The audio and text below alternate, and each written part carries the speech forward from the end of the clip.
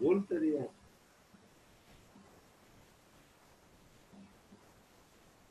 आपण फेसबुकवर बोलूया. आपण फेसबुकवर आहोत सर आता. ओके.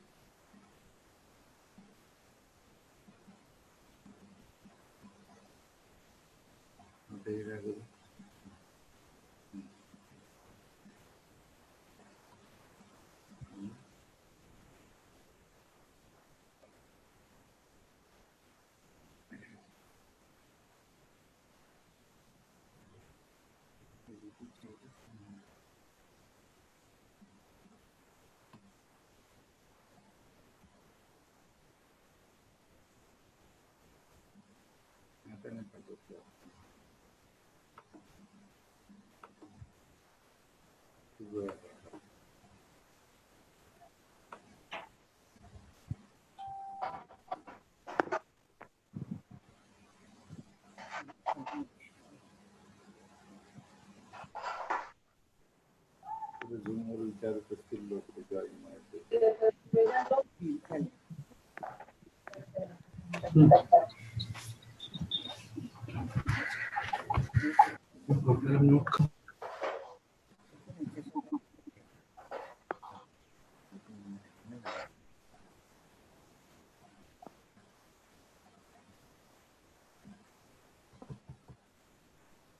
नमस्कार. श्री गुरुदेव दत्त.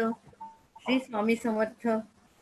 स्वर्गीय ललिता प्रभाकरराव देशमुख स्थापित श्री मा गायत्री शिक्षण संस्थेच्या वतीने आपणा सर्वांचे स्वागत करते आणि सर्वांना गुरुपौर्णिमेच्या मनपूर्वक शुभेच्छा. आता इथे आहे. शरद उपाध्याय सर आपणास लक्ष लक्ष प्रणाम. धन्यवाद. शरद उपाध्याय सरांविषयी थोडक्यात मी सांगू इच्छिते. म्हणजे ते तर सर्वांना परिचित आहेतच, पण तरीही थोडक्यात परिचय. शरद दत्तात्रय उपाध्याय हे नरसोबा वाडीच्या पुजाऱ्यांचे उपाध्ये आहेत. पूर्वी ते टेलिकम्युनिकेशन मध्ये नोकरी करत होते व नरसोबा वाडीला त्यांनी श्री लक्ष्मी नरसिंह ट्रस्ट यांची स्थापना केली. या ट्रस्ट तर्फे वेदभवन नामक इमारत बांधली. राशी चक्र हा त्यांचा अत्यंत लोकप्रिय कार्यक्रम आहे. त्याचे 5158 प्रयोग झालेले आहेत. धर्मप्रसाराचे मोठे कार्य सर सतत करत असतात. आज आपलं अहोभाग्य की गुरुपौर्णिमेनिमित्त आपल्याला सरांचे मार्गदर्शन मिळणार आहे. आपण त्यांच्याकडून गुरुस्तुती ऐकूया. सर सुरुवात करू शकता. धन्यवाद. श्री गुरुदेव दत्त. मित्रमैत्रिणींनो, गुरु हा शब्द हा इतका स्वस्त झालाय कोण म्हणतं हे म्हणजे संगीतातले गुरु, हे म्हणतात माझे व्यापारातले गुरु. असं नाहीये ते. तुम्हाला लौकिक विद्या शिकवतात ते शिक्षक असतात, ट्रेनर असतात. गुरु हे साधा शब्द नाही हा, फार मोठं आहे, ते आज मी आपल्याला सांगतोच आहे. पण इतका सर्रास शब्द वापरला होतो. आता मला जेव्हा पोस्ट येतात, उपाध्ये सर तुम्ही आमचे गुरु, मी म्हटलं की हॅलो, आवाज काय येतो? कोणाचा तरी आवाज येतोय ना? जरा शांत राहिला तर माझं ऐकू येईल. हे गुरु महात्म्य सांगतो मी, प्लीज एक विनंती, आपण शांत राहा. तर मला जेव्हा त्यांच्या पोस्ट मध्ये येतात, सर तुम्हीच गुरु आमचे, अरे म्हटलं वेडे आहेत का तुम्ही? अज्ञानतिमिरांधस्य ज्ञानांजन शलाकया चक्षुरुन्मीलितं येन तस्मै श्री गुरवे नमः. नरसोबाच्या वाडीला मी जे शिकलो, माझ्या कानावर आलं, मी वाचन केलं, तेच आपल्याला सांगतोय, तेही सद्गुरु कृपेने. त्या गुरु पदवीला जाणं हे सोपं काम नाही आहे. वरच्या महाशक्तीकडून जेव्हा आज्ञा होते तेव्हा एखादी व्यक्ती गुरुपदी बसते आणि मग खऱ्या अर्थाने ते गुरु कसे असतात मी आता एक एक आपल्याला सांगणारच आहे. पण ते वाटेल त्याला गुरु म्हणायचं नाही आणि त्या शब्दाचं अवमूल्यन करायचं नाही. गुरु म्हणजे अज्ञानतिमिरांधस्य, अज्ञानाचा नाश करून ज्ञानांच्या शलाकया, ज्ञानशलाका पेटवतात अशा गुरूंना माझा नमस्कार असो. तेव्हा मस्तकावर हात ठेवून ब्रह्मानुभूती देतात ते गुरु असतात. आणि म्हणून आपण दत्तप्रबोध मध्ये अनुसूया मातेना अतिऋषीने कसा अनुग्रह दिला ते वर्णन वाचलं. डोळे पाणवतात. कर्णरंध्रातून त्यांना बीजमंत्र दिला आणि काय अवस्था झाली अनुसूया मातेंची, देहातीत अवस्था झाली. आणि मग त्या भानावरच येणार दत्त महाराजांनी मग त्यांना हळूहळू देहभावनेवर आणलं. डोळे उघडले, इकडे तिकडे बघायला लागल्या आणि एवढंच म्हणाल्या, सुखी होते स्वरूपी कासे आणले मज मागुती. माझ्या स्वरूपानंदात मी इतके आनंदी होते, मला देहभावनेवर का आणलं तुम्ही? दत्त महाराज म्हणले, अगं आई हे तुझंच आहे. म्हणजे हल्लीच्या भाषेत म्हणेन मी, हा लॉकर आहे, एक चावी तुझ्याकडे आहे, केव्हाही ध्यानाला बस, तो आनंद घे. पण याच्या देहाच्या त्याग करण्याची अवस्था जेव्हा येते त्यावेळेला पुन्हा जन्म मरण नाही, अशी जी आम्हाला योग्यता आणून देतात ते गुरु असतात. तर आपल्याला एक विनंती आहे की वाटेल त्याला गुरु म्हणायचं नाही. शाळेत शिकवतात ते शिक्षक असतात, व्यवसायात तुम्हाला शिक्षण देतात ते ट्रेनर असतात. पण आपल्याला गुरु म्हणजे फक्त आध्यात्मिक गुरु. पण त्यांची आज गुरुपौर्णिमा आहे. म्हणजे काय आहे? तर पहिली गोष्ट म्हणजे आजच्या याला व्यास पौर्णिमा आपण म्हणतात. आता बघा, व्यासांचं महात्म्य अशासाठी आहे की आषाढ पौर्णिमा आहे गुरुपौर्णिमा म्हणून. तर गुरुपौर्णिमेला व्यास पौर्णिमा म्हणतात. ज्यांनी महाभारत पुराण लिहिली त्या व्यासमुनींना वंदन करण्याचा, त्यांची पूजा करण्याचा मंगल दिन. आपला संबंध नवग्रह स्तोत्राशी पण येतो. त्या शेवटी काय म्हटले, इथे व्यास मुखोद्गीतम, व्यासांच्या मुखातून आलेले नवग्रह स्तोत्र जो म्हणतो, दिवा दिवा रात्र विघ्न शांतीर भविष्यती, सर्व ग्रहांची स्तुती करून दिवसा रात्री नरनारी नृपाणांच, स्त्री पुरुष कोणी म्हणावं, आणि व्यासो भृतेन संशया, तुम्हाला वैभव प्राप्त होईल, आरोग्य प्राप्त होईल. व्यास म्हणतात त्या संशय बाळगू नका. म्हणून नरसोबाच्या वाडीला माझ्या यात्रा जातात, मी लोकांना आवर्जून सांगतो, रोज नवग्रह स्तोत्र म्हणा. प्रत्येक ग्रहाचं डिपार्टमेंट आहे. रवी म्हणजे आरोग्य, चंद्र म्हणजे मन, मंगळ म्हणजे शक्ती, गुरु म्हणजे ज्ञान, बुध म्हणजे बुद्धी, शुक्र शृंगार, शनी दुःख, राहू केतू पीडा, नेपच्यून गूढता आणि हर्षल आकस्मिकता. या सगळ्यांची इथे बसून ज्या व्यासाने माहिती घेतली आणि आम्हाला दिली, ते किती थोर असतील. त्यांची ही व्यासांची आज पूजा करण्याचा दिवस आहे. तर ह्या महर्षी व्यास हे भारतीय संस्कृतीचे शिल्पकार आणि मूलाधार मानले जातात. धर्मशास्त्र, नीतिशास्त्र, व्यवहारशास्त्र, मानसशास्त्र असा सर्वश्रेष्ठ ग्रंथ व्यासांनी लिहिला. तर जगाला प्रजा, करुणा आणि मैत्रीचे शिक्षण देणारे भगवान बुद्ध यांना विहारात जाऊन वंदन केले. गुरु म्हणजे अज्ञानाचा अंधकार नाहीसा करून ज्ञानाच्या प्रकाशाच्या वाटेवर घेऊन जाणारी वंदनीय व्यक्ती. खरं असं म्हटलंय, गुरुश्री म्हणून नये नरू ते होय पाप थोरू. गुरुना मनुष्य भावनेने बघू नये. गुरु हे तत्व आहे आणि ते निर्गुण निराकार तत्व प्रचंड उपासनेने आपल्याला जेव्हा दर्शन होतं तेव्हा कळतं गुरु ही काय ताकद आहे. आज शरद उपाध्ये राष्ट्रीय चक्रकार या माझ्या पेजवर तुम्ही गेलात, ते एका पुण्याच्या मुस्लिम माणसाच्या 4 ओळीची एक व्हिडिओ आहे. काय सुंदर लिहिले त्यांनी. ते म्हणतात जगातले 40 लाख लोक कोरोना बाधित आहेत. त्या सर्व कोरोनांची एकत्र त्या व्हायरसची जर आपण एकत्रीकरण केलं तर त्या 40 लाख व्हायरसचं फक्त 2 ग्रॅम वजन होतं आणि या 2 ग्रॅम वजनाच्या व्हायरसने अख्ख्या जगाला थरथराट पडलं. त्याने असं म्हटलंय, अल्लाह की ताकत देखो, ये सब दुनिया आपने बिगाड़ दी है, तो अल्लाह की ताकत देखो और अल्लाह ने आपको जमी पर लाया है. काय सुंदर बोललाय तो माणूस. तर त्यात त्यात सुद्धा एका अर्थाने गुरुचं वर्णन आहे की परमात्म्याच्या निसर्गाच्या विरुद्ध आम्ही वागतो, त्याला काय त्रास होता त्याचं वर्णन त्यांनी केलंय. शरद उपाध्ये राशीचक्रकार ह्या जरूर माझ्या पेजवर तुम्ही ते बघा. तर अशी ही गुरुपौर्णिमा एक महत्वाचा सण आहे आणि गुरु म्हटल्यानंतर आत्ताच मी सांगितलं ज्ञानाचा पूर्णपणे प्रकाश देणारे आणि अज्ञानाचा हे नाश करणारे अशा प्रकारचे गुरूंचं तत्व आहे. आता प्रश्न एक असा येतो, कलीमध्ये तुम्ही गुरुचरित्र वाचलं असेल तर कलीने ब्रह्मदेवांना गुरु शब्दाचा अर्थ विचारला.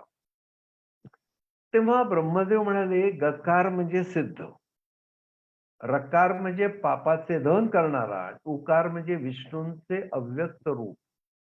तसेच गुरु हाच ब्रह्मा विष्णू महेश हे त्यांचे त्रिगुणात्मक रूप आहे. या पलीकडे जे परब्रह्म तत्व आहे ते जाणण्यासाठी गुरूंचा आश्रय घ्यावा लागतो. ईश्वर जरी प्रसन्न झाला तरी त्याला ओळखणारा गुरुच असतो व गुरु स्वतः प्रसन्न झाला तर ईश्वर आपल्या अधीन होतो. भारतीय गुरु परंपरेत गुरु शिष्यांच्या अनेक जोड्या आहेत. जनक याज्ञवल्क आहे, शुक्राचार्य जनक आहे, कृष्ण सुदामा, सांदीपनी, विश्वामित्र राम, लक्ष्मण, परशुराम, कर्ण, द्रोणाचार्य, अर्जुन अशी गुरु शिष्य परंपरा आहे. संत ज्ञानेश्वरांनी तर वडील बंधू निवृत्तीनाथांनाच आपलं गुरु मानलं. असे हे गुरु मनुष्य योनी जी दुर्मिळ मिळते आपल्याला, दुर्लभम मानुषम देहम, त्या योनीला पाठवतात एकमेव कारण असतं, जन्म मरणापासून सुटावे, त्या जगदीश्वरा भेटावे.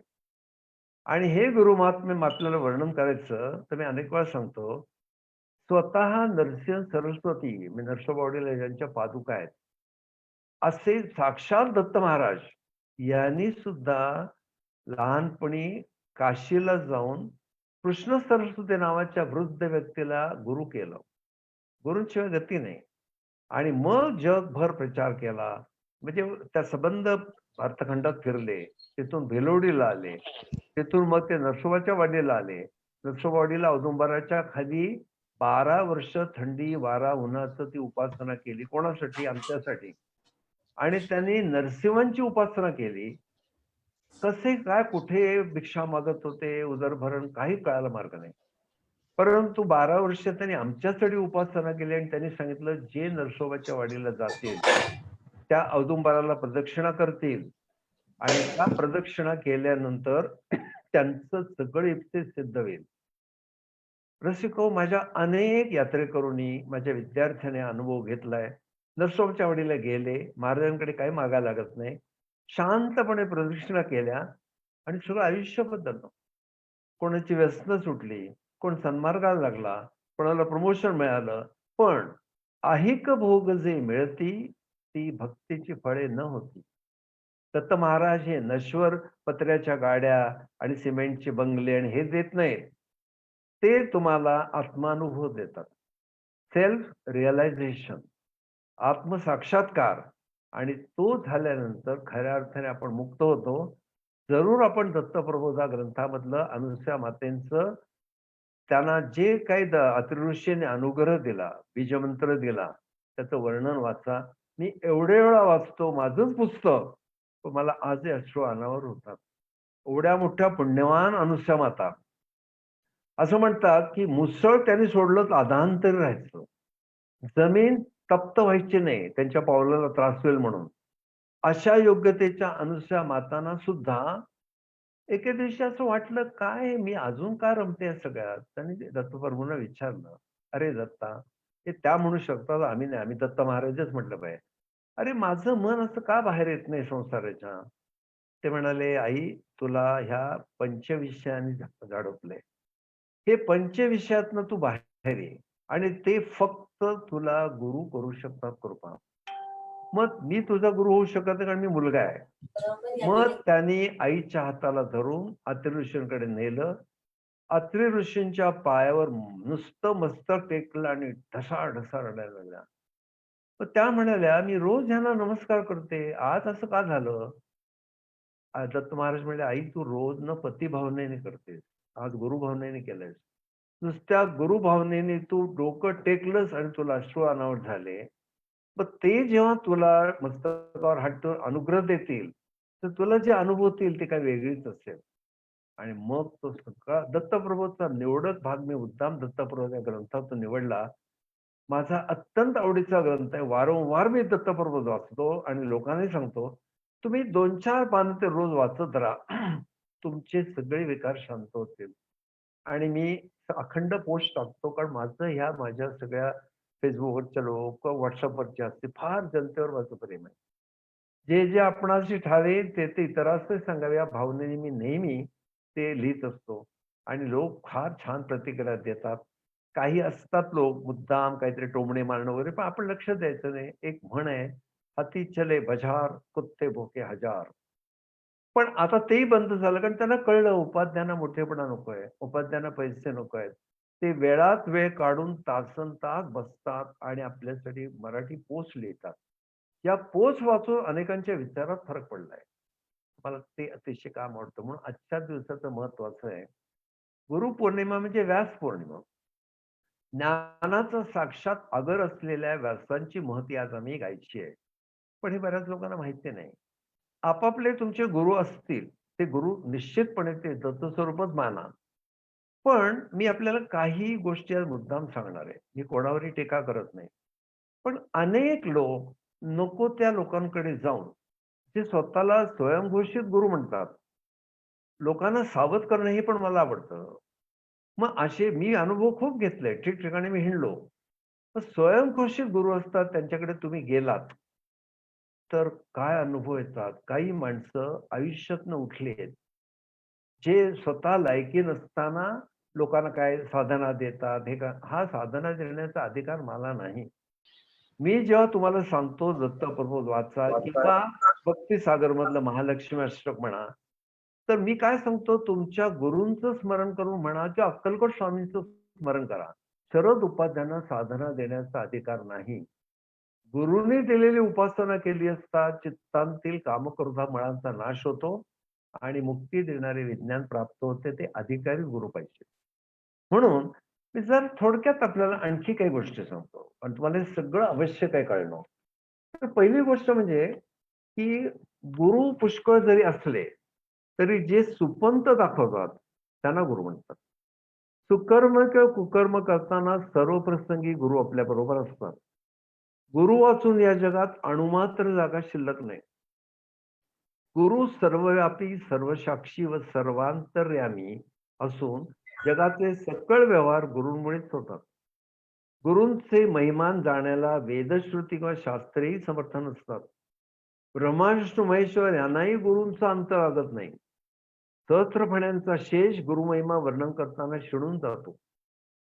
काही गुरु गुणग्रहणार्थ तर काही दोष त्यागार्थ मी केले, असं दत्त महाराज अनुसूया मातेंना सांगतात. आता ते गुरु कोणते? तर दत्त महाराज आपल्या मातोश्रींना म्हणाले, "आई, मी स्वतः गुरु असलो तर मी 24 गुरु केले. जो जो झ्याचा घेतला गुण, तो तो गुरु केला म्या जाण. गुरुसे आले अपारपण, जग संपूर्ण गुरुवासे." मी अवलोकन करत गेलो आणि ज्याच्याकडनं जे शिकता येईल किंवा ज्याच्याकडनं जे दोष त्याग करायचे वाटतात ते मी केले. ते माझे गुरु म्हणजे पृथ्वी, पर्वत, वायू, आकाश, जल, अग्नी, गभस्ती, कपोता, अजगर, सिंधू, पतंग, मधुकर, मक्षिका, वारण, मृग, मीन, वेश्या, टिटवा, अर्भक, कुमारी, शर्कार, सर्प, कातणी आणि भ्रमर असे 24 गुरु मी केले विविध गुणांसाठी. पण फार कमी लोकांना माहिती आहे दत्त महाराजांनी नरदेहाला पण गुरु केलं. हा 25वा गुरु आहे. ज्या गुरूंपासून मला जो लाभ झाला ते मी स्वीकारत गेलो. आणि मला आजच्या ह्या कोरोनाच्या काळात एकदम एक उदाहरण आठवलं, की हिंदू कॉलनीमध्ये एक दीक्षित नावाचे गृहस्थ राहायचे.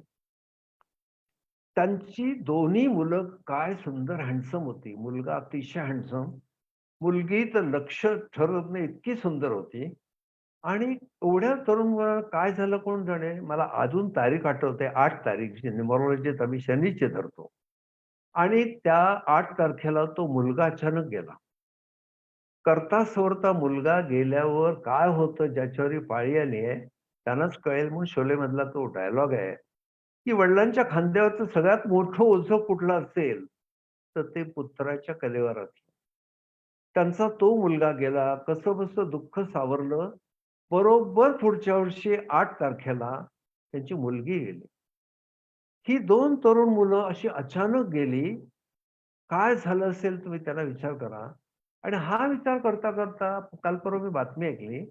एका घरातली तरुण मुलं पण अशी कोरोनाने गेली. जरा कुठे ताप आला होता 4 दिवसापूर्वी. डॉक्टर नेहमी सांगतात, की हा काळ असा आहे, याच्यात फ्लू होतो, काय होतं. तुम्ही स्वतः ठरवू नका, मला काही होत नाही. माझी इम्युनिटी वाढवण्यासाठी मी हे करतो, ते करतो. तुम्ही ताबडतोब अधिकारी माणसाकडे जा. डॉक्टर त्या अर्थाने म्हटलं तर गुरु आहेत. पण ते डॉक्टर आहेत, लौकिक विषयाचे तज्ञ आहेत. ते ताबडतोब टेस्ट करून सांगतात, की बाबा हा आहे आणि तुम्ही तेवढी काळजी घ्या. पण अशी घेतली नाही आणि हा कोरोनाचा विचित्र आहे. तुम्हाला 2-3 दिवस संधी देईल. त्याच्यानंतर एकदा श्वासनलिका आणि फुफ्फुसं ब्लॉक झाली, की काही उपाय चालत नाही. तर त्या घरातली सुद्धा अशी 2 तरणीबाण मुलं गेली. आणि मला एकदम आठवलं, की दत्त महाराजांनी कपोता-कपोती गुरु केले. दत्त महाराज काय म्हटले, "मी स्वतः विश्वगुरू आहे. पण मी असा अहंकार बाळगत नाही. मी गुरु आहे, मला सगळं येतं." मी स्वतः 24 गुरु केले. त्या 24 गुरुमधले कुमारी कंकण गुरु तुम्हाला फार आवडतो. त्या कुमारी कंकण गुरुवर आणखी एक गुरु मला फार भावतो, तो म्हणजे कपोता-कपोती. कपोता म्हणजे आपण असं सांगू, की कबूतर असतं. आणि ते कबूतर जे असतं, त्या कबूतर आणि कबूतरची मादी ह्यांना पण दत्त महाराजांनी गुरु केलं. पण त्याच्या आधी मी आपल्याला गुरूंचं थोडंसं सांगतो, की उपदेश करणारे गुरु खूप असतात. पण त्यांचे सर्व लक्ष शिष्याच्या वित्तसंचयाकडे असून ते उपदेशाच्या बदल्यात शिष्याच्या धनाची इच्छा करतात. परफेक्ट आहे, मी त्याचे अनुभव घेतलेत. श्रीमंत शिष्याला पाहून त्याला अनुग्रह देतात आणि त्याच्याच अंकित होऊन वर्तन करू लागतात. गुरु केवळ माऊली सदा कृपेची करी सावली. गुरुने कोणाच्या अंकित कशाला व्हायचं? पण ते अंकित होतात म्हणजे ते सच्चे गुरुच नव्हेत. शिष्याची प्रशंसा करावी, गोड बोलून त्याला भुलवावं, त्याची भीड बाळगावी, त्याच्या मर्जीप्रमाणे वागावे, असे ते वागू लागतात. असे लोभी गुरु शिष्याला कसे तारतील? आणि पहिलं तीराला घेऊन किंवा पहिलं तीराला नेऊन ते कसे जातील? असे गुरु खूप असतात, पण ते सद्गुरूंच्या योग्यतेचे असत नाहीत. सद्गुरूंची अद्भुत थोरवी वर्णन करण्यासाठी कोणता दृष्टांत योजावा, असा मी विचार करत होतो. दत्त महाराज सांगतात आणि मला एकदम एक दृष्टांत आठवला. तो सांगतो म्हणे, की भूमीमध्ये हिरा असतो. हिरा हे खाणीतनं येणारं रत्न आहे कोळशासारखं. मोती आणि पोळी समुद्र रत्न आहेत. स्वाती नक्षत्राचा पाऊस पडतो, ते थेंब जेव्हा शिंपल्यात जातात, तेव्हा मोती तयार होतो आणि त्या मोत्याला बत्सरा मोती म्हणतात. म्हणून कोणी ज्योतिषांनी रेकमेंड केला, तर तो दुकानदाराला तो कळेलच असं नाही. ते आपले वजन करून देतात. पण खरा मोती हा बत्सरा मोती ओबड-धोबड असतो. नारिंगी रंग परावर्तित करतो. तो खरे हे जे मोती बायका घालतात गोल घाटाचे दागिन्याचे असतात. पण तुम्ही आयुर्वेदिक फार्मसीत गेलात तर त्याच्यात मौक्तिक भस्म मागितलं. त्याच्यावर स्पष्ट लिहिलेलं असतं अंगावर जाणे, धुपणी, प्रदोष, रक्तस्राव ह्यासाठी हे उत्तम. मग असा मोती कॅमेरा ऑफ कर ना गं. कबूतर रत्न आहे आणि हिरा हे खाणीतलं रत्न आहे. तर त्या हिऱ्याचं वैशिष्ट्य काय? तो अवनी गर्भात फिरत राहतो पृथ्वीच्या पोटात. पण त्याला जर गारेचा स्पर्श झाला, गार, तर त्या गारेचा हिरा होतो. पण मूळ हिऱ्यामुळेच गारेचा हिरा होतो. तो जर ती गार जी हिरा झालेली दुसऱ्याला लागली, तर त्या गारेचा हिरा होत नाही. म्हणून आपणासारखे करती तात्काळ ते गुरु असतात. दत्तात्रेय अक्षरे चार आम्हा संतांचे माहेर असं म्हटलंय. पण दुसरं एक उदाहरण हुताशन म्हणजे अग्नीच दिलंय, की तैजोराशी अग्नी आहे. त्याच्या संपर्कात येणाऱ्याला अग्नीचं विस्तवाचं थोडं स्वरूप मिळतं. पण तो स्वयं अग्नी होत नाही. असे अनेक गुरु आहेत. पण गुरु हे अनाथांना सनाथ करतात. विवेकाचे ज्ञान प्रबोधन करतात. अज्ञानाचे खंडन करतात. त्रिविध तापाचे निरसन करतात. पातक्यांना पावन करतात. डोळ्यामध्ये ज्ञानांजन लेवून आत्मरूपाला नेऊन बिंबवतात आणि मुमुक्षूंना सुलभ मार्गाने आत्मतत्वाला पोचवतात, पाववतात. शिष्याचा विनय पाहून कृपेने त्याला पावन करतात. वैराग्याचा बोध मनात बाणवून ते अहमपणा नाहीसा करतात. गुरुंना न जाणवू देता जो सेवा करतो आणि साधी राहणी आचरून जो गुरुनी सांगितलेली उपासना करीत राहतो, तो शिष्य त्यांना जीवापाड प्रिय असतो. त्यालाच ते त्यांच्या जवळ ठेवा अर्पण करतात. ही सगळी सद्गुरूंची लक्षणं आहेत. शिष्याचं पण तसंच आहे. शिष्य विनम्र पाहिजे. गुरु कधी कधी त्याच्या अहंकाराला डिवचतात. त्याचा इगो किती आहे ते बघतात. आणि बऱ्याच शिष्यांना गुरूंकडे जाताना पण अहंकार असतो. मी ऑफिसर आहे, मी श्रीमंत आहे. मी लोकांना नेहमी सांगतो, नरसोबाच्या वाडीला जाताना महाराजांच्या पादुकांसमोर उभं राहिला, डोक्यावरचं मुकुट खाली काढा. तुम्ही कोण आहात लौकिक अर्थाने काही किंमत नाही. दत्तप्रभूंची प्रसन्नता हवीच असेल तर नम्रता पहिली पाहिजे. आणि म्हणून रामदास स्वामी म्हणाले, शिष्यास न लाभिती साधन, न करीती प्रबोधन, ऐसे गुरु अडक्याचे तीन मिळाले तरी त्याजावे. शिष्याने पण गुरुनाथापासून घ्यावं. मला त्यांच्याकडे गेल्यावर छान वाटतंय. माझा अहंकार नाहीसा झाला. मला अध्यात्माची गोडी लागली. मला आता काही व्यसनं आवडत नाहीत. रोज सकाळी कधी उठतोय, देवघरात जातोय, दर्शन घेतोय. माझी स्वतःची उपासना करतोय. गणपती स्तोत्र म्हणतोय, महालक्ष्मी अष्टक म्हणतोय. ती स्तोत्र म्हणताना माझे डोळे पाणावतायत. हे 2 अश्रू 100 लिटर दुधाच्या अभिषेकापेक्षा महत्वाचे आहेत. अशी अवस्था झाली तरच अर्थ आहे. नाहीतर गुरूंकडे जायचं, मोठेपणा मिरवायचा. गुरु पण तसेच असतील तर ते बाकीच्या शिष्यांना डावलून त्याला मोठेपणा देत असतात. हे असं मी पाहिलंय. अनेक ठिकाणी पाहिलंय. एका स्थानात वकील जोडपं यायचं. काय सेवा करायचं ते जोडपं. गुरूंचा निरोप घेताना पाठ करायचे नाहीत. मागे-मागे चालत जायचे आणि मग पाठ करून जिने उतरायचे. अशा त्या जोडप्याला बोलू नये, पण स्वतःला गुरु म्हणून त्या माणसांनी नागवलं. पैसे काढले, काय-काय केलं आणि पुन्हा त्यांची निंदा. असं म्हटलंय, गुरुनिंदा ज्याचे वदनी न जावे त्याचे सदनी.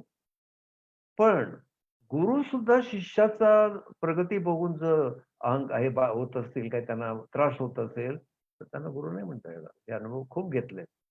तेव्हा आदर्श गुरु असावा आणि नम्र शिष्य असावा, हे मग गुरुपौर्णिमा खऱ्या अर्थाने साजरी होते. तर अशा गुरु महाराजांनी हे जे काय अनेक गुरु केले ना, त्यातला एक आहे तो कपोता कपोत मी आपल्याला म्हटलं. तर मी थोडासा दृष्टांत मोठा आहे, पण आपण काळजीपूर्वक ऐका. पण हिंदू कॉलनीमध्ये जी घटना घडली, बरोबर तोच भाग इथे आहे. तर महाराज सांगतात, की अनुसमातेला "तू मला गृहस्थाश्रमासाठी आग्रह करतेस. दुर्वास, मी दत्त आणि चंद्र ही 3 मुलं अतिऋषींना आणि अनुसमात्यांना. तर तुम्ही लग्न करा, सुना घरी येऊ देत." असं आहे ते पर्वतावर राहत असताना त्या म्हणायच्या. ते म्हणाले, "आई, आमचा जन्म संसार करण्यासाठी नाहीये. आमचा जन्म लोकांना वैराग्य आणणं, ज्ञान देणं, वासनेपासून दूर ठेवणं, शुद्धीकरण करणं, आत्मानुभव देणं हा आहे." तर असं ते सांगायचे. मग ते म्हणाले, "तू मला आग्रह करतेस ना, तर मी तुला एक उदाहरण देतो." आणि तो कपोता-कपोतीचं जोडपं म्हणजे कबुतरांचं मी का अंगीकारलं तुला सांगतो. म्हणजे तपोवनात मी स्वेच्छेने भ्रमण करत होतो. दत्त महाराज त्रिकाल भ्रमण करत असतात. दत्त म्हणून येऊन उभे राहतील किंवा नेम नाही. आपण उपासना नीट करावी. एक गुरुचरित्र वाचायला बसलेला शिष्य गुरूंना म्हणाला, महाराज, मी पारायण करतो, पण माझी एक अट आहे. मला दत्त महाराजांनी दर्शन दिलं पाहिजे. तर गुरु म्हणाले, की देतील ना. दत्त महाराज दयाळू आहेत आणि गुरुचरित्राच्या शेवटच्या अध्यायात तुला अनुभव येईल. सबंध पारायण संपलं.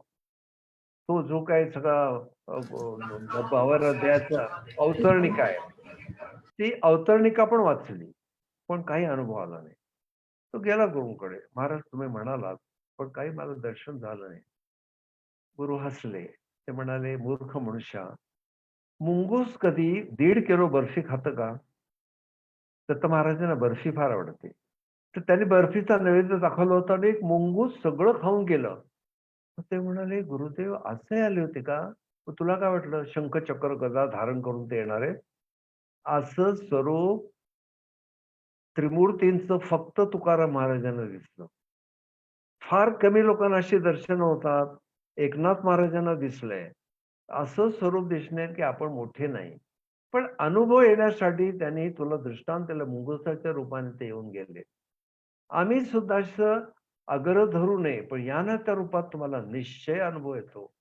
म्हणून ते म्हणले, मी असं विश्वेच्छेने भ्रमण करताना एक मला कपोता-कपोतीचं बक्षीद्वय म्हणजे जोडपं आढळलं.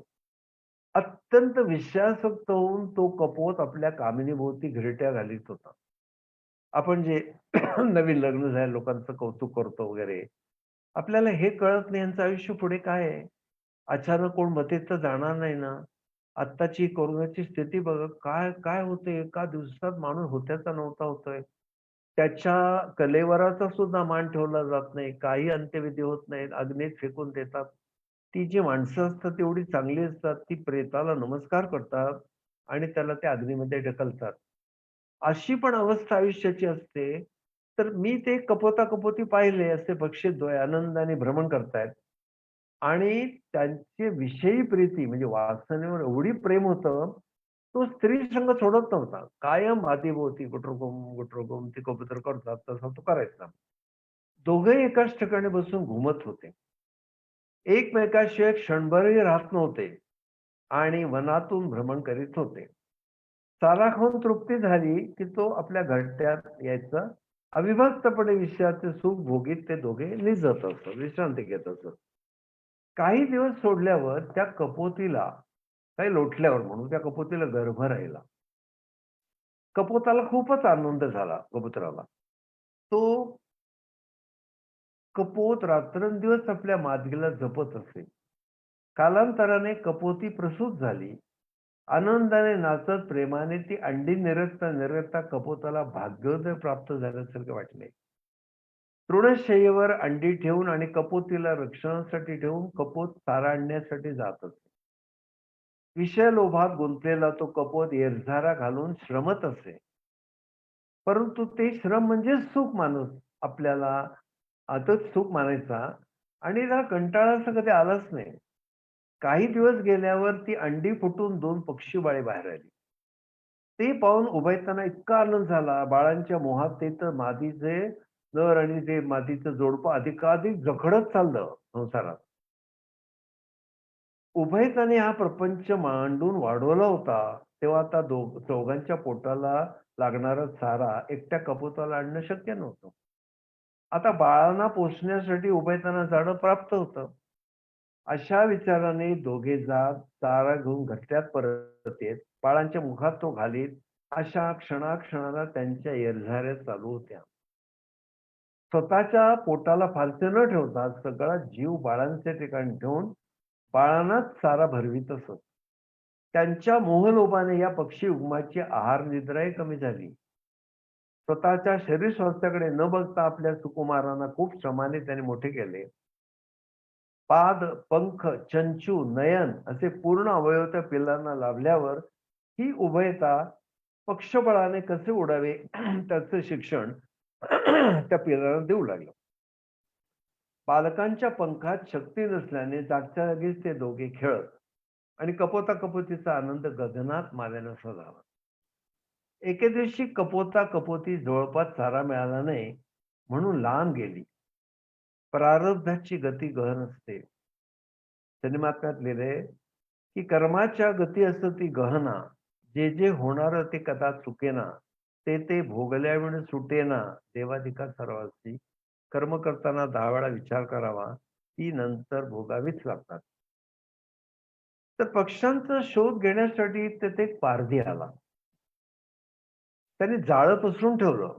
सहज लीलेने ती पिल्ले उडण्याचा प्रयत्न करीत होती आणि तेवढ्यात कपोती घरट्यात परत आली. आपल्या पिलांची अवस्था पाहताच, कारण ती उडण्याच्या नादामध्ये दोघंही पडले आणि पारध्याच्या जाळ्यात जाऊन पडले. त्या मादीने ते बघितलं आणि ती आक्रंदन करू लागली. देहाची भ्रांत नसल्याने दुःख अनावरून तिने पण अंग टाकलं आणि ती जाळ्यात पडून गतप्राण झाली. तेवढ्यात कपोत उडत आला. कबूतर तो उडत आला आणि आपलं शून्य घरटं पाहून आकांत करू लागला. अरे, माझी पत्नी, माझी 2 मुलं, आम्ही सगळे घरात होतो, गेले सगळे. आणि तो आकांत करू लागला. तो समस्त कुटुंबाचा झालेला त्या नाश झाला. कारण का? तो इतका अनावट झाला, खूप श्रमाने वाढवलेली पिल्लं आणि माझी कांता यांचं सुख आता मला कुठून मिळणार? माझी सारी सुखे भोगायची राहिलेली असताना अकस्मात घाला घातला गेला. मी बाळांना स्वतंत्रपणे उडतानाही पाहिलं नाही. विरह दुःख सहन न झाल्याने आपण तरी आता जगून काय उपयोग? असा विचार करून पुत्र आणि कांतेचा ध्यास घेतलेल्या त्या कपोताने स्वतःलाही जाळ्यात घालून घेतले. विषयाच्या आणि लोभमोहाच्या अत्यंतिक प्रीतीने बद्ध झालेले ते कपोता कपोती पाहून माझ्या चित्तात आई अनुताप दृढ झाला आणि प्रपंचाचा फोलपणा माझ्या ध्यानी आला. प्रपंच असा बाधक असतो म्हणून अनुतापाचा अंगीकार करून मी विवेकाने प्रपंच बंधन नाकारले आहे. तू मला लग्न करण्याचा हट्ट करू नको. मी सर्वत्र हिंडतो म्हणून मला अनेक गोष्टी पाहायला मिळतात आणि मला ते नको. असं विषयाला, वैराग्याला ती घटना पाहून त्याने आवाहन केलं आणि महाराज जे अतिशय दत्त महाराज लोकांना आवडतात ते कारण इतके विरक्त आहेत. त्यांना कसली अपेक्षा नाही, पण शिष्याच्या बाबतीत हळवे आहेत. अतिशय प्रेमळ दैवत आहे. श्री गुरुदेव दत्त हा जो जप आहे, हा माणगावच्या टेंबे स्वामी एकदा आले नरसोबावाडीला. त्यांना माहिती नसतं तिकडे शेजारचे झाल्यावर खाली जायचं नाही. आणि ते रात्री खाली दक्षिण द्वारात गेले. आपण वाडीला पाहिलेलं असेल. दक्षिण द्वारात जाऊन ते काय शांती वगैरे करतात. आणि उशीर रात्री 1च्या सुमारास दत्त महाराज साक्षात नरसिंह सरस्वती तेजपुंज आणि एकदम महाराज काय रागवत नाही कधी. दरडावून म्हणाले, "काय रे, तुला माहिती नाही का इथे रात्री यायचं नसतं?" पण ते सुद्धा एवढे नम्र टेंबे स्वामी म्हणे, "महाराज मी पहिल्यांदाच आलो, मला माहिती नव्हतं." नरसिंह सरस्वती दत्त महाराज एवढे गोड असले आणि श्री गुरुदेव दत्त म्हणाले. हा जप टेंबे स्वामींनी जगभर पोचवला. तो श्री गुरुदेव दत्त जपाचा अनुभव काय येतो? येता जाता काही लोक गुरुदेव दत्त, गुरुदेव दत्त का म्हणतात? एक एक करून तुम्हाला मला कोणी भेटलं की श्री गुरुदेव दत्त. आपोआप तो जप होतो आणि आपल्याला आश्चर्य वाटेल. मी रात्री झोपलो, कानात घुमत राहतं. राम जपे नाम, हम बैठे आराम आणि श्री गुरुदेव दत्त, श्री गुरुदेव. काय आनंद वाटतो. म्हणून आजच्या पोस्टमध्ये मी लिहिलंय, की तुम्ही हे नाव घ्या. परमेश्वराने ही शक्ती नामाच्या ठिकाणी ठेवली. सर्वश्रेष्ठ दैवत आहे. इतर अवतारांची समाप्ती झाली. अवतारी उदंड होती, परी सवेचे मागुती विलया जाती. तैसी नव्हे दत्तमूर्ती, नाश कल्पांती असेना. गुरु शिष्याचं नातं आहे तोपर्यंत महाराज अवनी तलावर आहेत. आणि मग कुठे तुकाराम महाराजांचा काळ त्यांनाही दिसले. कुठे सहस्त्रजीवनाचा काळ त्यालाही महाराज दिसले. महाराज अखंड अवनी तलावर वावरतात. आपल्या हृदयातल्या प्रेमाने व्याकुळ प्रार्थनेने त्यांना फक्त आवाहन करावं, that most prayer is always answered. असे हे 24 गुरु वाचता वाचता काय आपल्या मनात फरक पडतो. कधीतरी दत्तप्रबोध हा ग्रंथ अवश्य घ्या. त्यातलं हे महाराजांच्या 24 गुरूंचं वर्णन वाचा. आणखी एका गुरूंचं मला सांगायला म्हणजे मोह आवरत नाही. आपण ऐकलाय तो, पण तरी सांगतो. महाराज काय म्हणले, की एकदा मी असंच फिरत असताना एका घराजवळ आलो. तर त्या घरातले आई-वडील बाहेरगावी चालले होते आणि त्यांची अगदी छोटी मुलगी 13-14 वर्षाची. त्यावेळी ती मुलगी जी असायची ती लग्नाची असायची. 14-15 वर्ष म्हणजे फार झालं.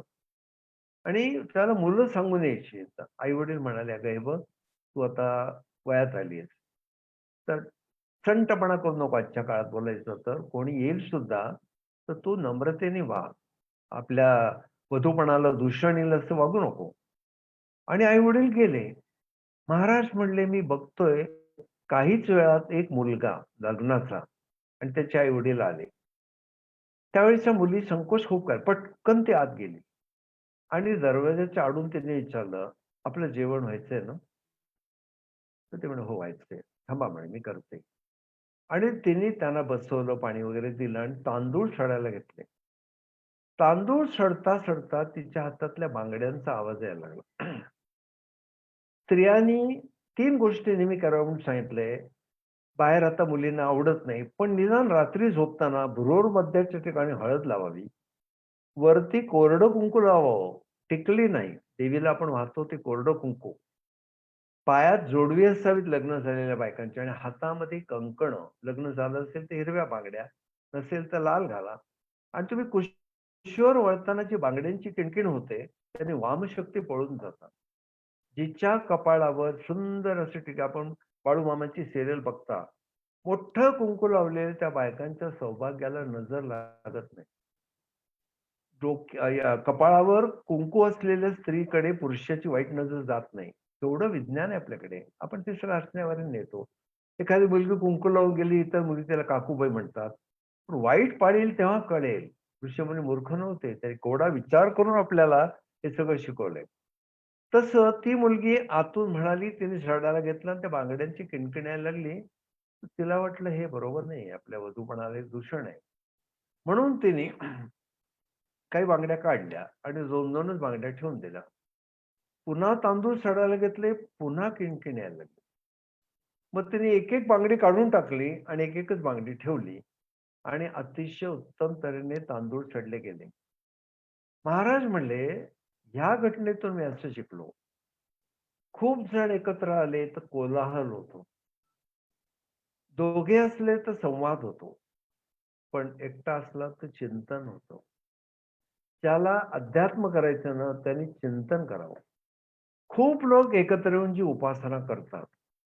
असं म्हणत नाही मी दगडूशेठ हलवाईंच्या समोर खूप बायका एकत्र जमून ते अथर्वशीर्ष वाचतात. माझं म्हणणं असं आहे, अथर्वशीर्षाचा अर्थ तुम्हाला कळतो का? तुम्ही एवढ्या जणी एकत्र येता, एकमेकांकडे लक्ष जातं आणि अध्यात्मात एकाग्रतेची आवश्यकता आहे. आपण एकटंच बसावं, शांतपणे पूजा करताना पण तुम्हाला अनुभव येईल. टेंबे स्वामींनी सांगितलंय, मूर्तीपूजा डोळा देखावी, तैशीच चित्ती रेखावी, तेथेच वृत्ती राखावी, तेणे ब्रह्मपदवी मिळविते. असं काही एकाग्र होऊन गेलं पाहिजे पूजेमध्ये. अनुभूती येते. देव्हाऱ्यातले देव हसताना, देव्हाऱ्यातले देव हलल्याचा भास होतो. आणि मग आतलं प्रेम जेव्हा असं येतं ना, त्याला खऱ्या अर्थाने होतं. तर महाराज म्हणले, "मी या कुमारी कंकणला गुरु केलं."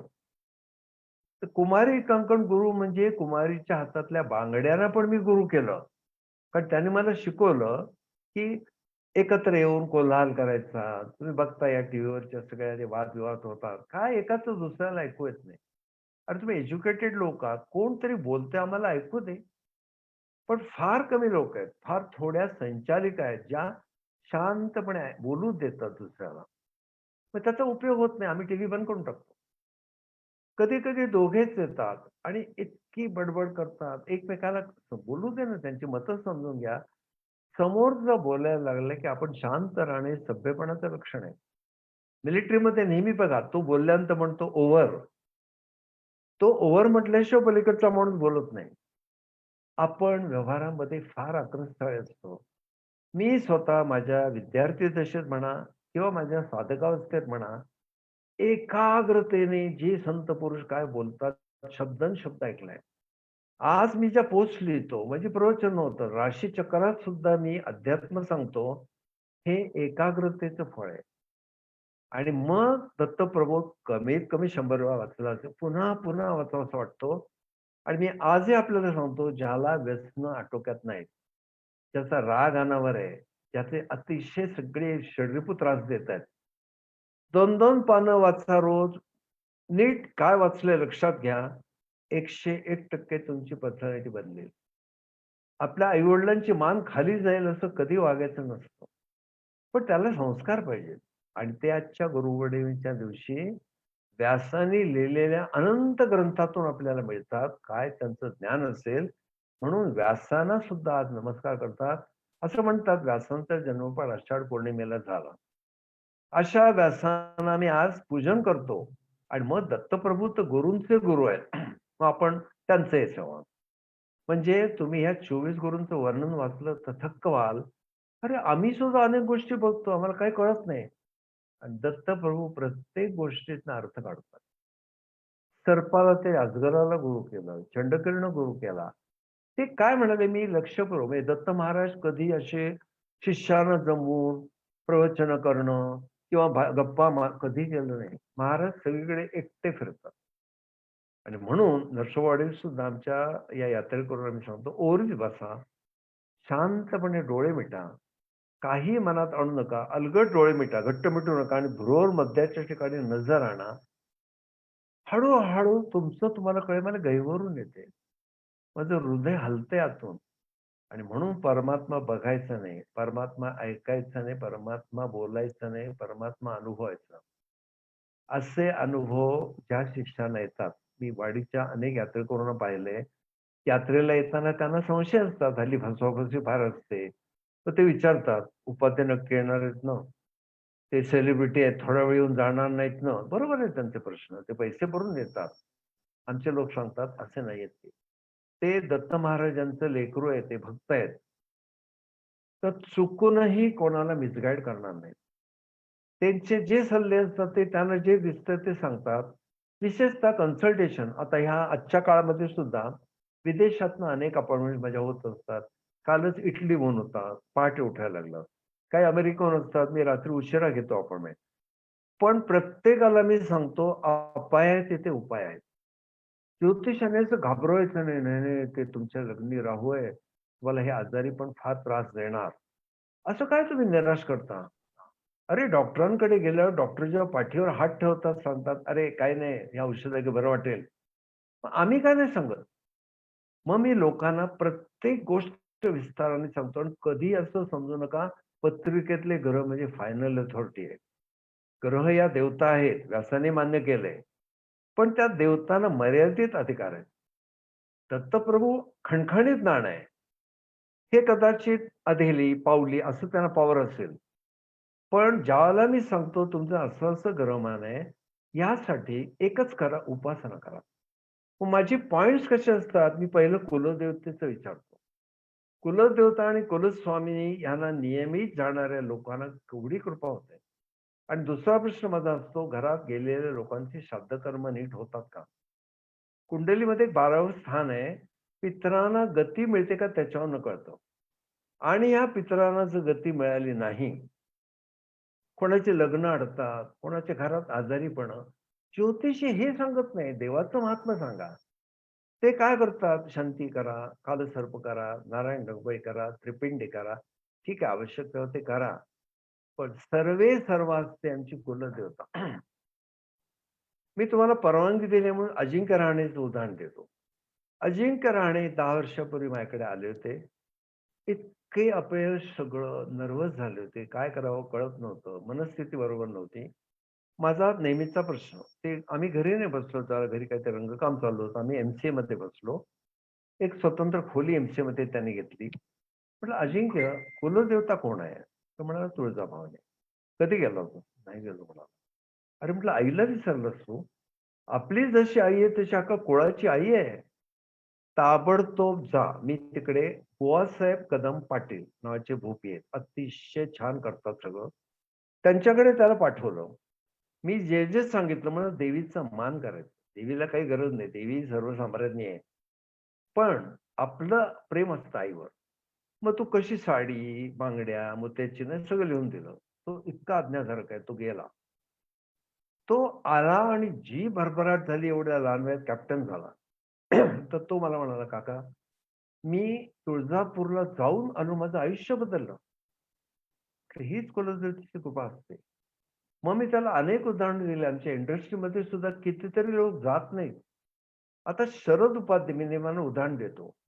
शरद उपाध्यायांना काय पर्सनॅलिटी आहे म्हणून त्यांनी स्टेजवर यावं लोकांनी एवढं राशीचक्राला 5,158 प्रयोग व्हावे माझ्या हातून. माझ्या शोमध्ये नेपथ्य नाही, लाईट नाही, म्युझिक नाही, ॲक्टिंग नाही. आजही हाऊसफुल गर्दी होते. हे माझं कर्तृत्व नाही. मला माझी कुवत माहिती आहे. पण ज्या क्षणी मी कुलदेवतेचे चरण घट्ट धरले, त्या क्षणापासून कसलं टेन्शन नाही. शेकडो, हजारो लोकांचा उभा राहतो. पुण्याला तुमच्या मेधा कुलकर्णी आमदार आहेत. अनेक वेळा निवडणुकीत त्यांनी माझी हे ठेवली होते लेक्चर. इतकी गर्दी होते आणि अतिशय रंगतो प्रयोग. वस्तुतः माझा विषय नाही मराठी. पण मी आपल्याला परत परत सांगतो, कुलदेवता कुलस्वामिनी आणि आमचे दत्तगुरू माझा आराध्य आहे. केवळ गुरुपौर्णिमेलाच त्यांची स्तुती किंवा त्यांची उपासना असा दिवस मी साजरा करत नाही. सातत्याने श्री गुरुदेव दत्त आणि मग आमच्या निवेदिताताई बसल्या तिकडे. मी याला गेलो होतो डी.वाय. पाटीलला माझा कार्यक्रम होता. इतक्या शांत, व्यवस्थित बोलणाऱ्या, की गुरुकृपा आहे त्यांच्यावर. शिक्षक जे असतात, प्रोफेसर असतात, त्यांनी नम्रता केवढी ठेवली पाहिजे. शिष्याला हवंसं वाटलं पाहिजे. अशा पद्धतीने लोकांना मी सांगतो, ग्रह फायनल अथॉरिटी नाहीये. हे ग्रह ज्या परमात्म शक्तीच्या इच्छेने फिरतात ते परमेश्वरापेक्षा मोठे नाहीत.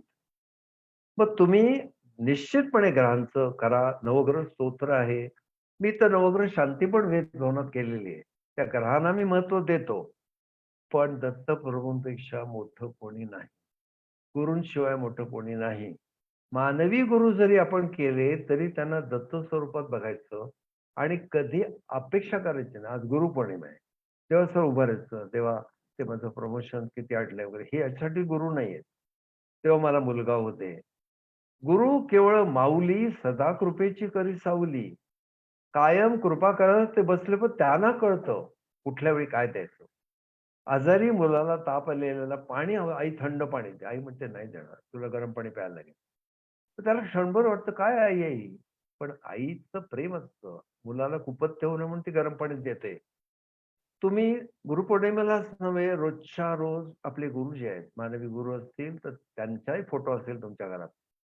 त्या गुरूंना दत्त स्वरूप माना आणि त्यांना सांगा, माझी काही अपेक्षा नाही. निरपेक्षपणे मी आपल्या चरणाशी विना अट शरणागत आहे.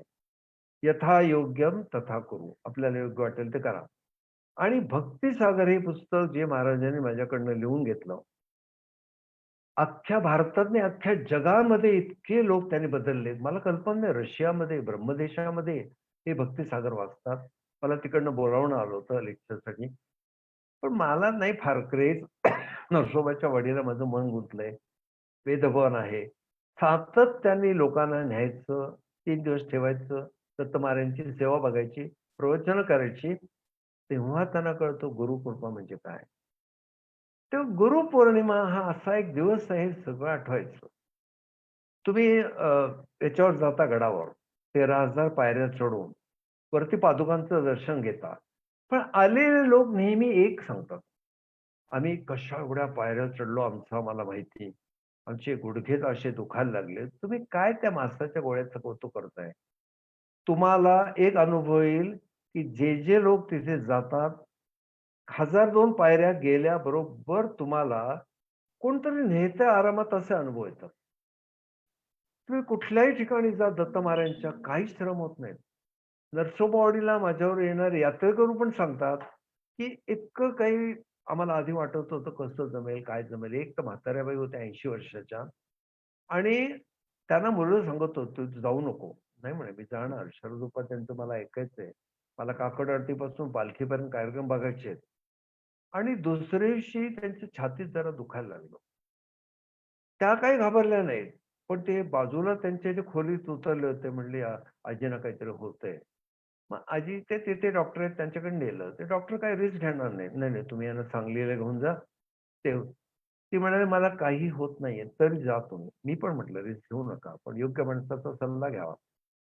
आणि सांगलीला गेले, डॉक्टरनी तपासलं, काहीही झालं नाही. त्या बाई 3 दिवस टणटणीत होत्या आणि आमचे माझ्याबरोबर जे माझे साधक, यात्रेकरू आहेत, आपले विद्यार्थी येतात. त्यांना विचारा त्या फुगडी खेळत होत्या. 80 वर्षाच्या बाई तरुण मुली लाजतील अशी फुगडी खेळत होत्या. तिथे अक्कलकोट स्वामींचा फोटो आहे. त्या उभ्या राहिल्या आणि एवढंच म्हणाल्या, "दादा हे सगळं करून घेतात माझ्याकडून." ते शरणागती 80व्या वर्षी सुद्धा काय होते आणि त्यांनी स्वामींना गुरु मानले आणि इतका अनुभव येतो आजही अक्कलकोट स्वामी म्हटल्यावर डोळ्यात पाणी येणारी माणसं मी पाहिली आहेत. आमच्या जवळ असलेल्या मठामध्ये पहाटे सेवेकरी जमीन पुसतात.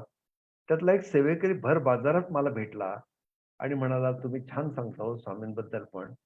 पण मी कोणाला बोललो नाही, पण तुम्हाला एक रहस्य सांगतो. 3:30 वाजता आम्ही सेवा करायला उठतो, जमीन पुसतो.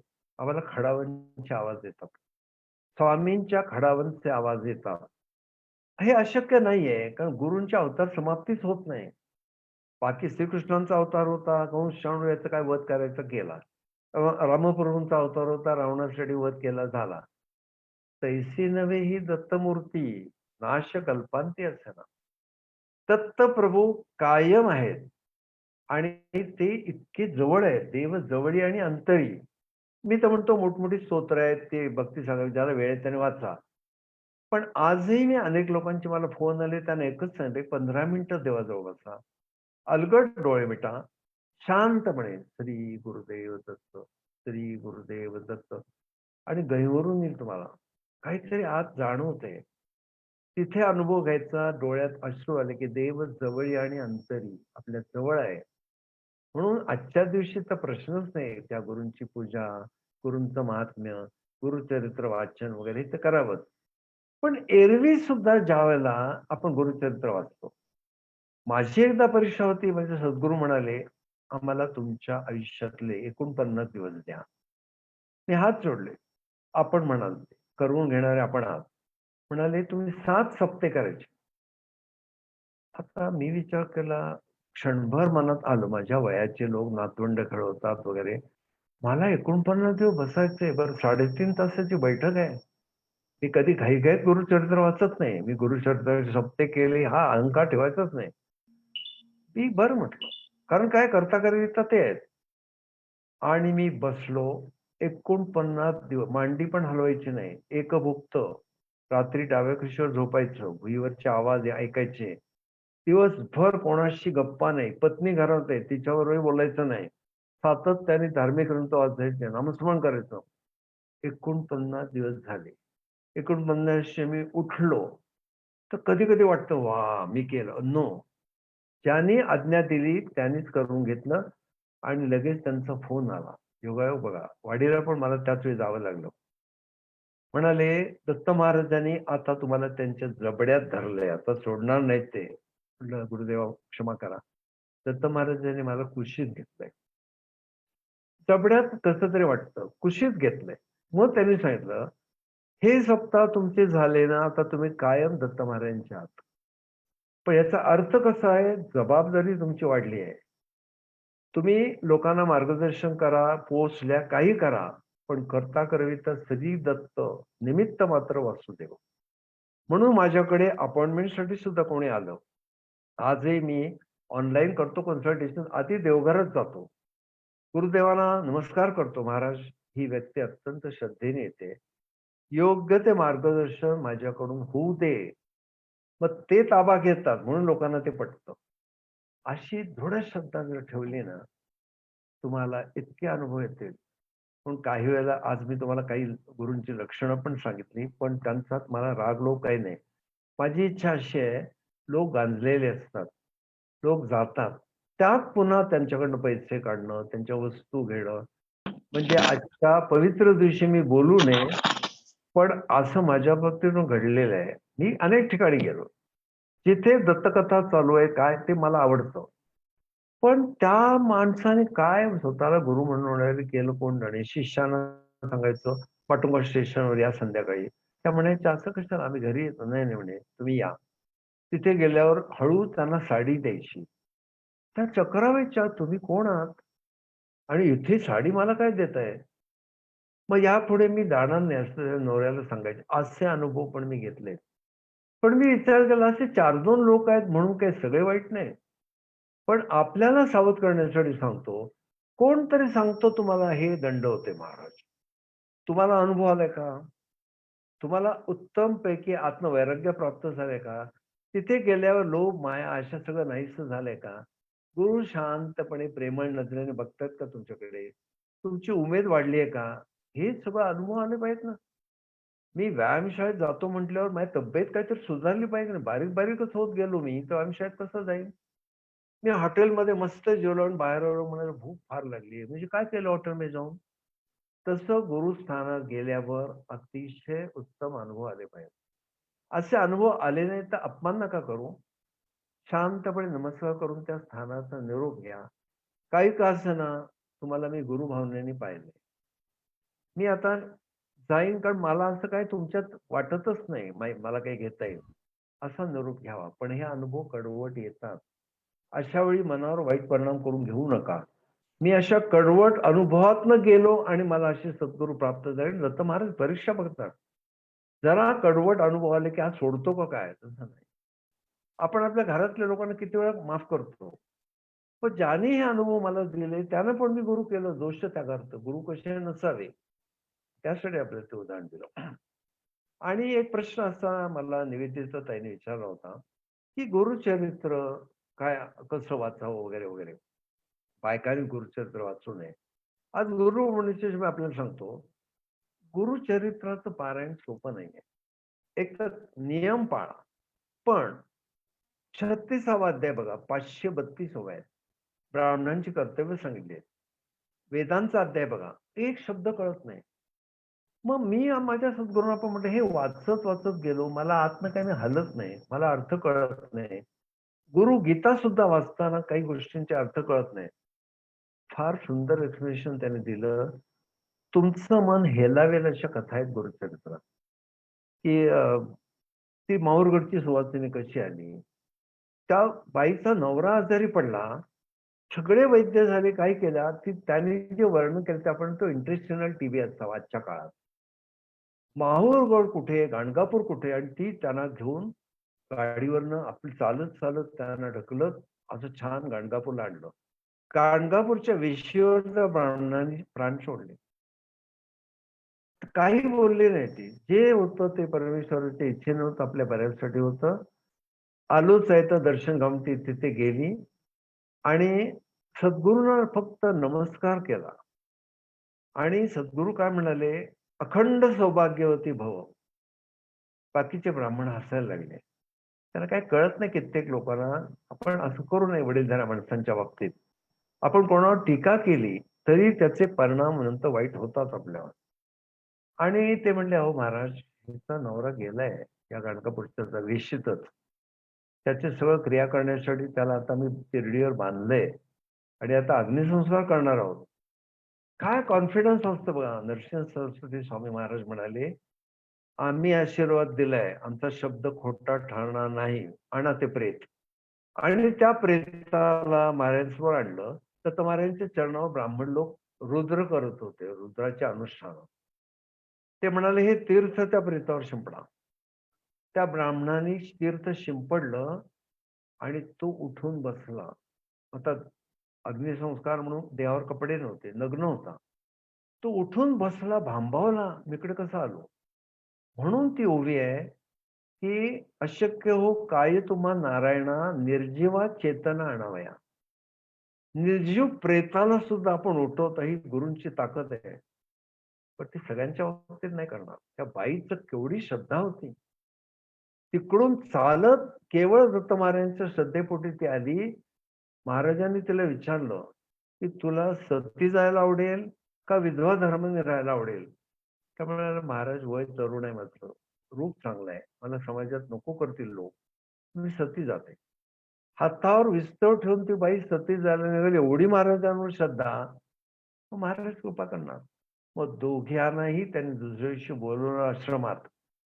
त्यांना उत्तम पैकी त्या धर्म समजून सांगितला आणि त्यावेळी त्यांनी स्त्रियांची कर्तव्य सांगितली.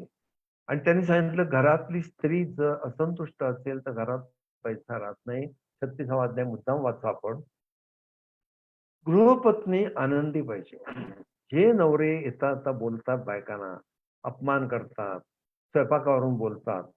अरे ती दुसऱ्याच्या घरची मुलगी सगळं सोडून आली आपल्यासाठी, आई वडील बहीण भाऊ.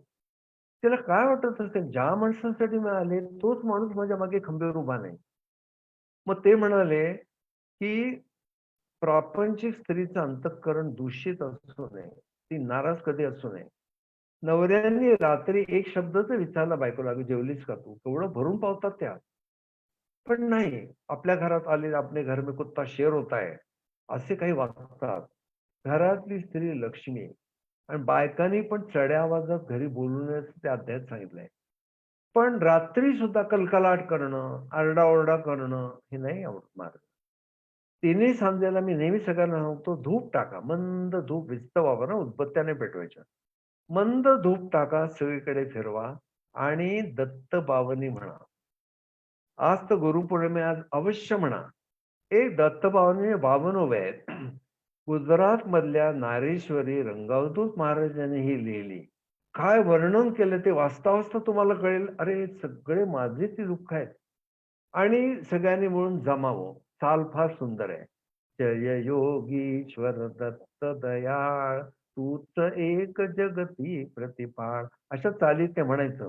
तिन्ही सांजेला रोज किंवा गुरुवारी जे लोक दत्तभावानी म्हणतात त्यांच्या घरात वामशक्ती राहत नाही. मला अनेक लोक भेटायला येतात, "सर आमच्या घरात भास होतात, आमच्या घरी असं होतं." अरे जगातल्या कुठल्या भुताची हिंमत आहे दत्तभावानी म्हटल्यावर तिथे राहण्याची? म्हणून नरसोबावाडीला शेजारचे जरा खाली जात नाहीत, कारण अनुभवी लोक सांगतात, तिथे ह्या पिशाचांचा दरबार भरतो. खाली गेल्यावर ते दृश्य बघवणार नाही. सगळी ती भुतावळ येते महाराज.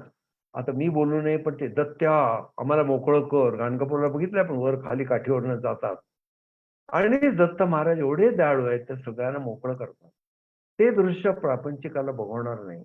म्हणून आपण खाली जाऊ नये. ज्या स्थानात जे नियम आहेत ना, अवश्य पाळावे. त्या देवस्थानाचे काही नियम आहेत, ते अवश्य पाळावे. असा हा सगळा प्रकार पाहता. गुरुचरित्र हा केवळ वाचण्याचा ग्रंथ नाही, चिंतनाचा ग्रंथ आहे. म्हणून त्याने अध्याय दिले. पहिल्या दिवशी 7 अध्याय, दुसऱ्या दिवशी 21 अध्याय. असं करत करत तुम्ही नोटिंग करा, मी काय वाचलं आज आणि प्रत्येक अध्यायात असं काही भरलंय, तुमची तृप्ती होते. पण घाईघाईत नाही. भस्म लावायचं. भस्म का लावायचं?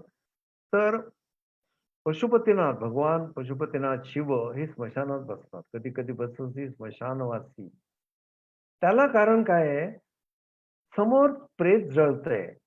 अशा वेळी एखादं प्रेमात पडलेलं जोडपं स्मशानात जाऊन बसेल का? काय देहाची शेवटची अवस्था असते. अनित्य आणि शरीराणी. शरीर अनित्य आहे. विभवो नैव शाश्वता. वैभव शाश्वत आहे. नित्य सन्नितो मृत्यू. कर्तव्य धर्मसंग्रह. समोर मृत्यू आहे. मी पोस्ट वाचतोय रोज करोडोने मेलेल्या लोकांची शेवटची काय अवस्था असते. करोडो रुपये ते ठेवायला लागतात. नातेवाईकांना बघू देत नाहीत. त्या प्लास्टिकच्या पिशवीत घालतात. संभव असतो, पण कोणाला दाखवत नाहीत. नातेवाईकांनी भेटायचं नाही आणि प्रचंड मोठं असतं ते दार असतं, त्या भट्टीमध्ये घालायचं. हे रोजच्या रोज बघितलं आपण विरक्त होतो. म्हणून काय हे कोरोनाचं लागलंय, तक्रार कधी करू नये. परमेश्वराने म्हणून ती आजची पोस्ट माझ्या शरद उपाध्याय राष्ट्रीय चक्र या पेजवर वाचा. त्या मुसलमान माणसाला माझी साष्टांग नमस्कार आहेत. त्यांनी 4 ओळीत सांगितलं, "अल्लाह की ताकत देखो, खाली 2 ग्राम से पूरे दुनिया को हिला दिया है." आणि ते वास्तवासमोर माझे डोळे भरून आले. किती प्रेम, ते अल्लाहची ताकद बघा म्हणे तुम्ही आणि असं काहीतरी स्वतःच्या मनाने करू नका. दुनिया को बिगाड़ डाला है आपने, आपका अहंकार नष्ट होने के लिए सब हो रहा है. आणि मी सद्गुरूंना कधी-कधी विचारतो, "अरे कधी थांबेल?" नाही थांबणार म्हणले. लोकांचे अहंकार फार वाढले. देवधर्माची टिंगल चालली आहे. संत पुरुषांना मान देत नाहीत. हे सगळं परमात्मा कसं सहन करेल? तर असं नाही की फक्त मुंबईत आहे, फक्त महाराष्ट्रात आहे. अख्ख्या जगामध्ये हजारो माणसं मरतायत. म्हणून भक्तिसागरमध्ये एक पद आहे, गुरुवर का रुसले. ते इतका चक्रा लागू पडणारं पद आहे, गाणगापुरात म्हणतात ते. असं हे फार मोठं गुरुपौर्णिमेचं महात्म्य आहे. मला ताई जेव्हा म्हणाल्या, तर मला माहितीच नव्हतं निवेदिता ताई आहेत. मला आज कळलं, की मला असं-असं कार्यक्रम करायचा आहे आणि छान माणसं आहेत. मी ताबडतोब त्याला म्हटलं, "ताई मी येतो." आणि इतकं सुंदर वाटतं मला, शांतपणे आपण सगळं ऐकताय. वेडा वाकुडा गायीनं पर मी तुझाच म्हणवे ना. तर माझ्याकडे विद्वत्ता वगैरे काही नाही. माझं अफाट प्रेम आहे लोकांवर. रोज सकाळी उठलो काही करा मी पोस्ट लिहितो. त्या पोस्ट लिहिताना मला मान नको, काही नको. पण ते जेव्हा सर आजची पोस्ट मला फार आवडली. आजच्या पोस्ट नंतर मी मला भरून पावलं. उपाध्यांचं काम एकच असतं, जनतेला मार्गदर्शन करणं. ते मार्गदर्शन सुद्धा मी करतो मी म्हणत नाही. दत्तप्रभूंच्या आज्ञेने सगळं चाललंय आणि आम्ही दत्त महाराजांना सांगतो, महाराज आम्ही काय गुण नाही आमच्यातनं अनंत दोष घडतात. जे तुम्हाला आवडत नाही ते सुद्धा आमच्यातनं घडू शकतं. पण दत्तप्रभूंनी स्वतः सांगले, परमेश्वराची ज्यास प्रीती आपण वर्तावे तेणेच रीती. शक्यतो त्या पद्धतीने आम्ही सगळे माझे कुटुंबीय सुद्धा. माझी 2 मुली इतक्यात आता तरुण आहेत त्या, मुलगाही तरुण आहे. मला आठवत नाही माझी मान खाली जाईल असं कोणी वागलंय. त्यांना पण मी हे सांगितलंय, तुम्हाला व्यावहारिक यश मिळतंय, पैसा अडका मिळतोय, पण तुम्ही परमात्म्याला विसरू नका. म्हणून आमच्या वेदभवनामध्ये सतत अन्नदान, वस्त्रदान, रुद्र, महापूजा, अभिषेक, पुण्याची बँक वाढली पाहिजे. म्हणून आमच्या क्लायंटना काय सांगतो माझ्याकडे येतात ते, तुमची बँक आहे ना, त्या बँकेत तुम्ही पैसे भरता. टाटा, बिर्ला, अदानी, अंबानीसोबत पैसे भरतात. मग आपल्याला सुरक्षित वाटतं आणि आपल्याला चेक बाउन्स होत नाही. आध्यात्मिक बँकेचं काय? तुम्हाला परमेश्वराने मनुष्य योनीला टाकलंय. कुत्रा, मांजरा, बैल, डुक्कर केलं असतं काय हालत झाली असती आपली. पापा दाहुनी पुण्य राही तैचा पावे हा नरदेह. असा नरदेह मिळाल्यानंतर आम्ही देवाचं स्मरण करायला नको का? एवढी चांगली योनी मिळाली आहे. मग ते पुण्याची बँक जी असते आपल्याला ती खाली खाली व्हायला लागते. आपण नामस्मरण करत नाही, पुण्य जमवत नाही. मग तुमच्या व्यावहारिक बँकेतनं जसे पैसे जास्त काढलेत तुम्ही की नोटीस येते, तुमचा बॅलन्स लो झालाय, पैसे भरा. तसं संकट आली, यश मिळण्याचं झालं, एवढं ओळखा आध्यात्मिक बँकेची नोटीस आहे, की तुमचं पुण्यकर्म संपत चाललंय. अपडेट करा. आणि ते जे अपडेट करत नाहीत, काय अडचणी येतात, कोणाला काय आजारी पण येतं, क्षणात मृत्यू येतो, लग्न होत नाही, घरात रोगराई असते. अशा वेळी ज्योतिषी लोक आणखी खर्चात टाकतात, शांत्या वगैरे करायला होतात. प्रभूंनी एवढं नामस्मरणात ताकद ठेवली आहे ती करा ना. मग लोकांना आम्ही सांगतो ही उपासना. आणि भक्तिसागर हे पुस्तक इतकं दिव्य महाराजांनी लिहून घेतलंय. अनेक स्तोत्र आहेत. पण नॉर्मली मी आधी प्रणमेश्वरचं सांगतो, गणपती स्तोत्र, महालक्ष्मी अष्टक, दुर्गा स्तोत्र, शिवस्तुती, मग रामरक्षा, हनुमान स्तोत्र तुम्हाला जे आवडेल ते पण माझी प्रवचन आहेत. प्रत्येक ओवीवर माझी प्रवचन आहेत. ती वाचून अनेकांचे आयुष्य बदलले. केवढा आनंद वाटतो, की भक्तिसागर पुस्तक वाचून माणसाचं आचरण बदललंय. माणसाच्या घरात शांती आली आहे. ते म्हणाले, "सर आम्हाला कोणी कधी सांगितलंच नाही. कसं वागायचं? कोणी ज्योतिषाकडे गेलो, तो फक्त पैसे काढतो आमच्याकडून. तो शांतच करायला लावतो. अरे शांत करून मी लांब राहतो, मला काय मिळतं?" काही लोक म्हणतात, "नाही, मी स्वामींच्या तारक मंत्राची कॅसेट लावतो." तर कॅसेट लावून कसा अनुभव येईल? आपण स्वतः उपासना करायला नको का? तेव्हा अशक्य हो तुम्हा काय नारायणाचं जसं म्हटलंय तसं स्वामी काय म्हणतात, कितीदा दिला बोल त्यांनीच हात नको डगमगू स्वामी देतीलच हात. स्वामींचं तारक मंत्र हा खरोखर तारक आहे. लीलावती म्हणजे माझ्या कित्येक ह्या सगळ्या टेक्निशियन वगैरे ओळखीच्या त्या मुली कायम ते ठेवतात. आणि या तारक मंत्राने अनेक अनुभव घेतलेत.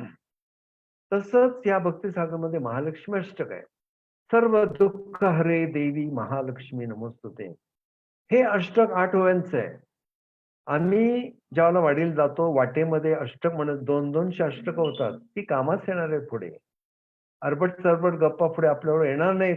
पण तुकाराम महाराज सासूबाईंना म्हणले, "मामी, बघा आपल्याबरोबर नंतर फक्त कर्म येतात, ती सुधरा. बाकीचं सगळं इथे राहणार आहे." आज हे पटतं. करोडो रुपये इथे ठेवून माणसं कोरोनाने मरतायत. काय मिळालं काय? देहाची शेवटी मान पण राहिला नाही, जाळलं गेलं. अंत्यसंस्कार झाले नाहीत तरी प्रेतात्म्याला त्रास होतो जीवाला. त्याचं कारण आजची गुरुपौर्णिमा चिंतनाची आहे. आज रात्री झोपण्यापूर्वी सगळं मी जे काही बोललोय, आठवेल तेवढं आठवा, चिंतन करा आणि आजच्या दिवशीच असं नाही, रोज तुमच्यावर सद्गुरू कृपा व्हावी अशी प्रार्थना करून आणि निवेदिता ताईंचे खूप खूप आभार मानून प्लस तुमचे जे सगळे ऐकणारे लोक आहेत तेवढे शांतपणे त्या सर्वांना प्रेमाने नमस्कार करून मी आपला निरोप घेतो. धन्यवाद. श्री गुरुदेव दत्त.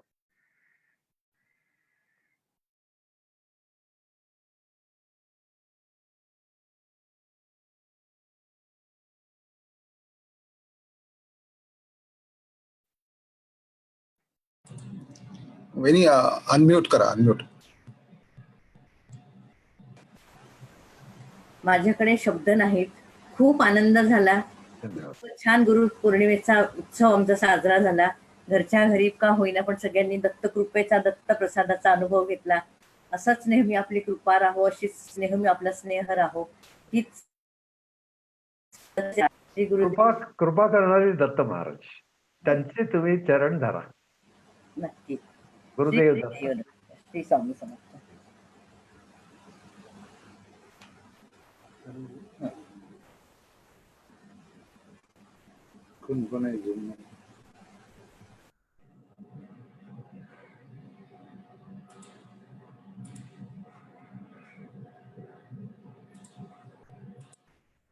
नमस्कार.